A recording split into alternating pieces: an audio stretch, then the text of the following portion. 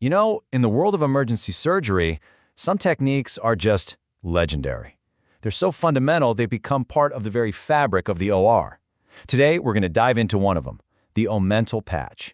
For almost a century, this incredibly clever yet simple procedure has literally been the difference between life and death. And its story? Well, it's a story of constant surgical innovation. First things first, let's get a handle on the stakes here. A perforated peptic ulcer isn't some minor problem. It is an absolute, full-blown surgical crisis. We're talking about a mortality rate that can climb as high as 10%. When that happens, surgeons are in a flat-out race against the clock, and they need a solution that is reliable, effective, and works right now. So here's how we're going to break it all down. First, we'll look at the emergency itself. What makes it so dangerous? Then we'll hop in a time machine to see how the Omental Patch was born. After that, we'll get into the nitty-gritty, the anatomy of the repair. Then comes the big matchup, classic open surgery versus modern laparoscopic cousin. And finally, we'll wrap up with where we are today and what the future holds for this amazing technique. So what is actually happening inside the body?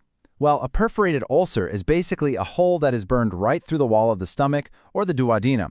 And when that wall is breached, all the digestive contents, acid, food, bacteria, spill out into the abdominal cavity. This triggers a massive, severe infection called peritonitis.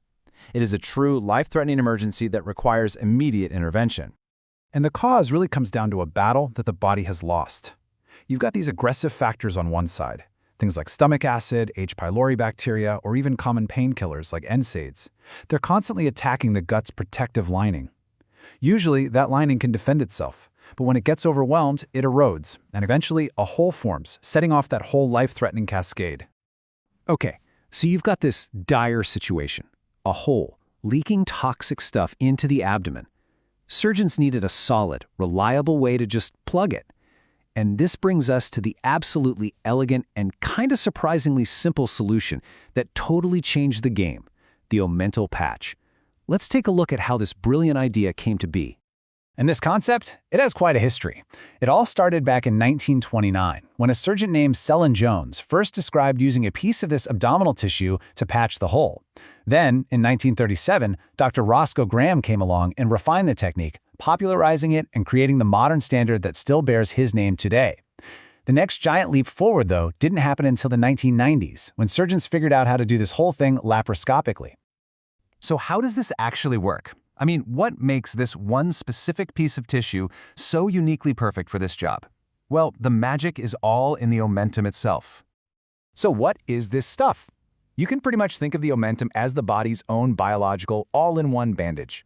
It's this fatty apron of tissue, but it is packed with blood vessels, immune cells, and these critical growth factors like VEGF. That means it doesn't just sit there and plug a hole. Oh no, it actively goes to work, promoting healing, fighting off infection, and helping to regenerate the damaged tissue. It's an active repair kit. And the classic Graham patch procedure, it's just beautifully logical. First, the surgeon gets in there and cleans out all the contamination.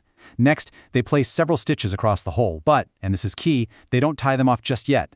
Then, they grab a piece of that amazing omentum and lay it over the hole. Finally, they tie the sutures over the omentum, cinching it into place without cutting off its blood supply. It's a patch, not a plug. That's the secret. Okay, so this brings us to the central evolution in this whole story. For decades, the Graham patch meant a big, open incision right down the middle of the abdomen. But then laparoscopy came along and completely changed the playbook, creating a tale of two very different surgical approaches. So, on one side, you have the old-school approach, open omental patch repair, or OOPR. Think a large incision, direct access. On the other side, you've got the modern alternative, laparoscopic omental patch repair, or LOPR. Here, we're talking about just a few tiny keyhole incisions, a camera, and some very specialized instruments to do the exact same repair just from the inside. And when you actually put the outcomes side by side, wow, the differences are just stark. Now, it's true, the laparoscopic approach can sometimes take a little longer in the operating room, but the benefits for the patient are absolutely dramatic. It impacts everything, from the risk of dying to complications to how much pain they're in and how fast they get back on their feet. Let's just focus on the most important number on that chart, mortality. The data is pretty clear. The laparoscopic approach can effectively cut the risk of death in half. In an emergency situation where every single percentage point counts, that is a monumental leap forward for patient safety. And that huge benefit extends directly to recovery time. With the open technique, you can expect a patient to be in the hospital for a week, maybe even 10 days or more. But with the laparoscopic approach, they're often home in just 3 to 5 days. That means less time in a hospital bed and a much, much faster return to their normal life. And what about the patient's experience? How do they actually feel after surgery? Well, it's not even a contest.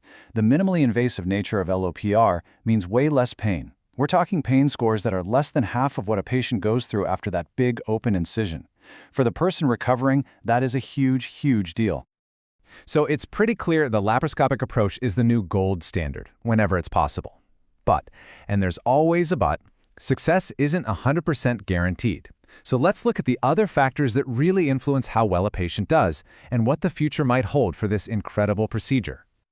The success of any repair, whether it's open or laparoscopic, really hinges on a few key things. You have to consider the patient's overall health and age, of course, but also, how quickly did they get into surgery? Delays dramatically increase risk. How big is the hole?